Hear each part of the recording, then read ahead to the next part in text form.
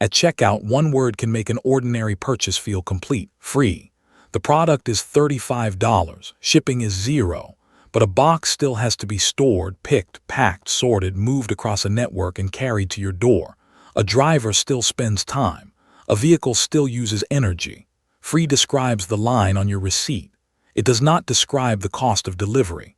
Somewhere else in the transaction, someone still pays: the retailer, the marketplace seller, a membership program, or you through a different price. To find that hidden payer, follow one package from the shelf to your doorstep and keep a ledger beside it.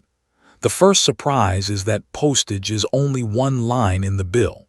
Before a carrier touches the package, the order has already created work. Inventory occupied warehouse space. A worker or robot located the item. Someone selected a box, added protection, printed a label, and moved the parcel to a loading area. Then comes sortation, long-distance transport, a local delivery route, customer support, and the possibility of a failed delivery. Different businesses organize these steps differently, but none of them become costless because the checkout page shows $0. The Federal Trade Commission's current fee guidance makes the pricing choice explicit. A business can incorporate shipping cost into the total price when it offers free shipping. So free shipping is often not the removal of a cost. It is the removal of a separate charge. The bill has not disappeared. Its lines have been rearranged. The next hidden variable is the box itself. A delivery network has limited space in trucks, aircraft, containers, and sorting equipment.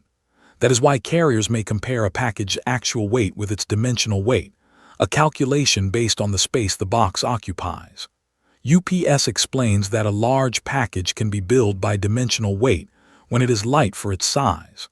The Postal Service also applies dimensional pricing to qualifying large, lightweight parcels. Imagine a dense book and a box of pillows. The pillows may weigh less, but their box can consume far more vehicle capacity. Add delivery distance, service speed, residential stops, fuel adjustments, and commercial discounts, and there is no single universal shipping cost. The free label has to cover a moving target. This is where the free shipping threshold earns its keep. Suppose your cart is $41. Delivery is $7, but orders over 50 ship free. A $9 add-on appears to save $7, yet the checkout total rises from $48 to $50. You spent $2 more and bought something you did not originally choose. For the retailer, that extra item may contribute enough margin to help pay for the same parcel. Researchers call this behavior order padding, adding products to cross the threshold. Data-driven work on free shipping policies models the threshold together with changes in shopping behavior and later returns. The threshold is therefore not just a kindness to larger orders. It is a price signal designed to change the basket before the order leaves the warehouse. A retailer has several places to move the bill. First, it can spread average delivery cost across product prices. Second, it can absorb some shipping in its margin because a completed sale is better than an abandoned cart. Third, it can require a larger basket so more product margin shares one shipment. Fourth, a marketplace can charge sellers fulfillment, service, or shipping fees. Consider an illustrative $35 item. If the product and operating cost is $22 and delivery is $7, the order leaves $6 before other expenses. Add 2 higher margin items to the same box, and revenue may grow faster than packing and delivery cost. That does not mean every large basket is profitable. It shows why the word free can be funded by the economics of the whole order rather than by one visible fee. Membership changes the timing again. Instead of asking whether to pay for this delivery, the shopper pays periodically for a bundle of benefits and then sees a $0 delivery line on eligible orders. The fee, repeat purchases, seller charges, advertising, and network scale all exist inside the wider system. Amazon's 2025 annual report is a useful company-specific example. It lists Prime membership fees within subscription sales, describes shipping offers as marketing tools, and reports shipping costs of $102.7 billion for the year.